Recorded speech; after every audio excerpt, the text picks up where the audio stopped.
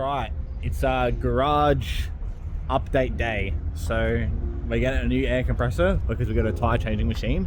So Adrian ended up getting a new car as well. It's a BF Falcon. So under here, we've got a nice little air compressor that'll be able to handle it. We got new air lead, and then we got a couple of new fucking like fittings as well. And we're about to go home and shit, and then the ignition barrel on the Falcon decided to just fucking fall out and kill itself. So now we're waiting for one of his mates to come here to take me back to the shed so I can go get a multimeter and some wires, and we're gonna fucking hotwire the car because we can't fucking get it otherwise. So that's gonna be fucking fun. All right, so after 500 fucking hours, we've come up with this. It's just the fucking switch that turns it on. You don't need the key to do it. So it's a keyless start and keyless everything now, which is awesome. So we're just gonna drive it home and then we're gonna properly fix up the wiring. All right, it's the next day. I'll show you guys what we finished up on last night after we got back home from hot wiring Adrian's new car. So we ended up buying this. It's a German tire changing machine, but they have modified this part here.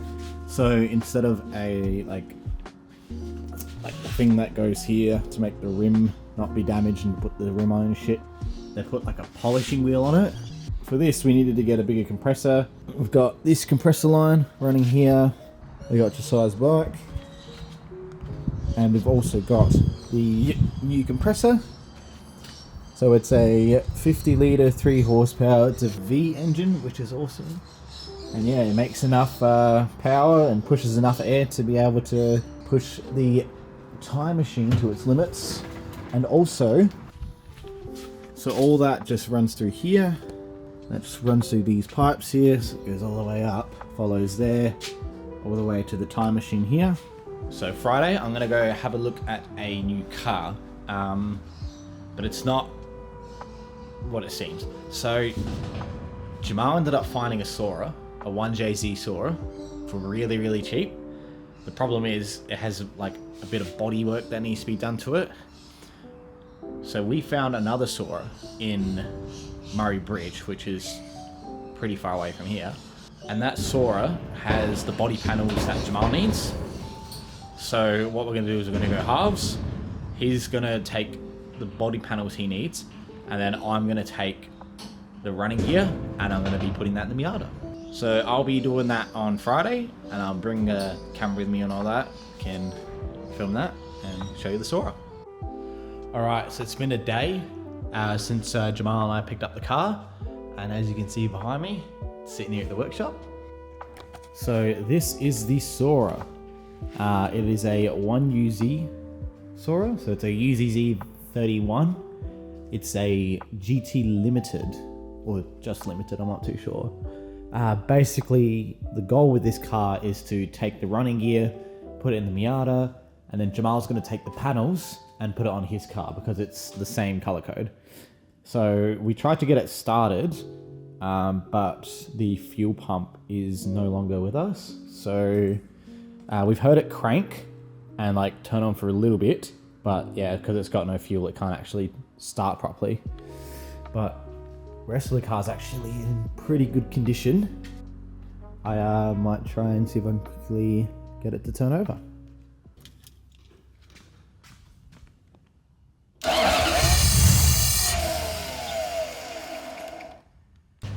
We're back with a new day, and today I'm doing some little things on the Sora. So I'm changing over the fuel pump, and I'm also draining out the old fuel. So this is the new fuel pump here. I've already tested to see if it works, and it does. Now I just have to plug it in, bolt it up, and then we should be able to get fuel in the car again. And I've also drained most of it. There's still some that I need to drain, but I've done most of it. And then I'm going to put some new fuel in there and see if I can get the car started. All right, just put the new fuel pump in. Also did a bit of a flush of the old fuel. There was still a little bit left in there, but I just poured a shit ton of 98 just so I could offset that. So now we're going to try and start it for the first time. All right. Yeah. Battery's on. Turn it on to see if the fuel pump goes. Can you hear the pump? No. It's alright, just try turning it on.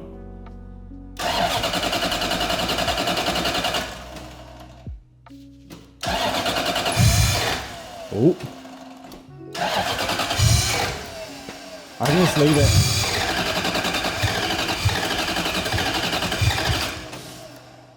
What was that? It's getting there. It's trying. Yeah, leave it on like accessories and let the fuel pump run through. Can you hear it at all in the back? It's definitely working if it's like... I hear like a very faint. Yeah, that's But it I would be don't know that. if it is because it could be. Well, then turn it off and see if you hear it.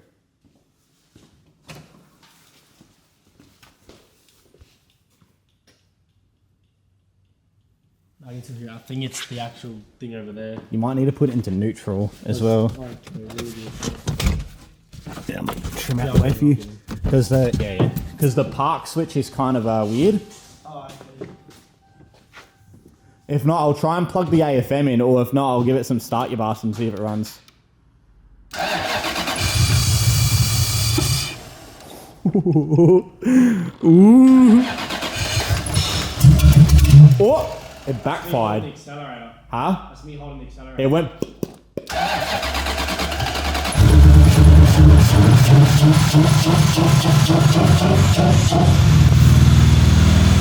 Holy shit!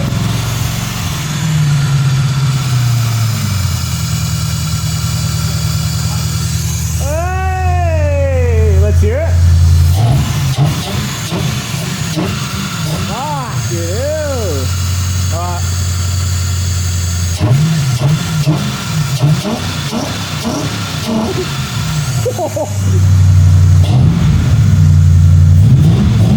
Jesus Christ. Even running for a bit or? Now turn it off. So I don't know if it's getting coolant. That was me holding it because remember there's a cold start. Remember you said. Yeah, there's a cold start thing on it. All right, I'm going to send the video to Jamal quickly and tell him of the great success. All right, all was well and good until I noticed one major issue. This fuel line down here is completely fucked. So that's my theory as to why there was a huge engine bay fire. I reckon that caught a light and then set everything else on fire. So I'm gonna try and do that now and then see if it runs okay. All right, we're back with a new day. Let me show you what I've been doing to the car. So I decided to change the rims, just because this one was sitting on a what's it called? This one was sitting on one of those space savers. So I did most of them, but I only had 3. So there's just the 4th one sitting here on its own. I was going to tackle this in a second, but I just wanted to run the car so I could run all the old fuel out. So I topped up the radiator as well, and I found there's a little leak down there. Yeah, there's a little tiny leak down there. So that probably has to do with all this as well. I also swapped over the cam covers. So we actually got most of the parts here, just some of them aren't here. Like, I think we need a new one of these. I just put a glove over it just for now. It's the brake master cylinder container. So we need a new one of those. And just like a couple more things. But I'm going to run the car now and just let the fuel cycle throughout the car. All right, just kind of wanted to talk about what the future plans may be for this car and the future plans for the Miata as well. So I was originally going to swap the engine from this car into the Miata, but then I slowly started to realize how much fabrication work it would take, and I'm not skilled in any of that stuff at all. I'm better at like putting things together rather than building like things. I've got no experience in TIG welding. I've got little experience in MIG welding. But that being said, we weighed up the cost of how much it would cost to actually swap the Miata and how much it would cost to turn this car into a track car. So it turns out that it's actually a lot cheaper to just put a manual transmission in this and then do a couple like little things like coils and like do the diff and all that rather than like completely stripping the Miata and just, yeah, I don't know, it'd be like a 2-year job for me. I'm not like really good at these things. So what we've decided is we're going to be turning this into a drift car. Even though it's big, I still think it'll drift pretty well. And the fact that it's 1UZ is just fucking awesome. So we're going to plan to maybe swap a Lexus IS200 6-speed in it, a J160. I'm going to get a custom tail shaft done up for it. Going to get an adapter plate. So that's kind of the plan with this car now. We're going to put some of the old parts on still. And we're also going to swap some of the parts from Jamal's Sora onto this one. And then we're just going to like fix this up a little bit and then just like maybe weld in a cage, but we don't really need a cage. I mean, maybe just for safety, but yeah, that's kind of the plan with the car right now. So what I'm going to keep doing, and Jamal, we're going to continue just keep slowly fixing it. So I think next I'm going to do the oil cooler and the radiator probably. So we also need to get a brake, like master cylinder top piece, like the plastic part, because with the engine bay fire, it melted the top piece. So got to find one of those. But the rest of the stuff we have here and we have ready to go. It's just a matter of taking it apart and then putting in. So yeah, I'm gonna start with that. All right, so just did the oil cooler. So that's this little guy right here. So this one here, I had to redo all the hoses and shit because this is what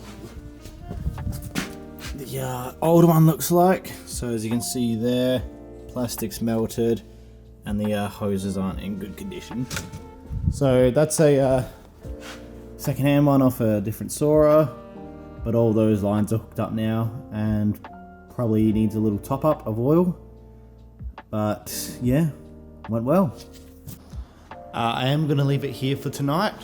So tomorrow I might do some just like a little bit more. I'm going to see if I can get a brake cover, like the brake booster cover. And then, yeah, see you tomorrow.